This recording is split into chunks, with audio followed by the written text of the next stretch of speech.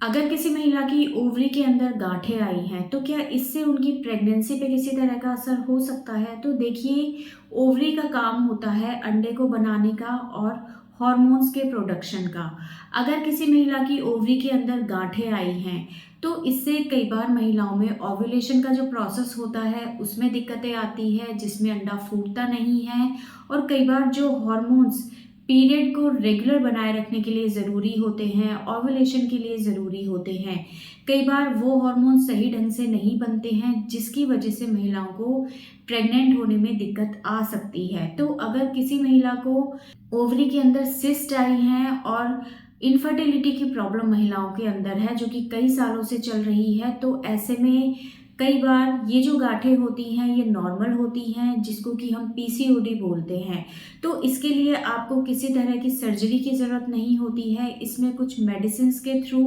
Ovulation को करा दिया जाता है, जिससे कि महिलाओं को प्रेगनेंसी ठहर जाती है। लेकिन अगर किसी महिला की ओवरी के अंदर कोई एक सिस्ट है जिसका साइज़ बहुत बड़ा है, जिसने कि ओवरी को पूरी तरह कवर किया हुआ है, या फिर अगर चॉकलेट सिस्ट है या हेमरेजिक सिस्ट है जो कि साइज़ में बहुत ज़्यादा बड़ी है, जिसकी वजह से महिलाओं को रेगुलर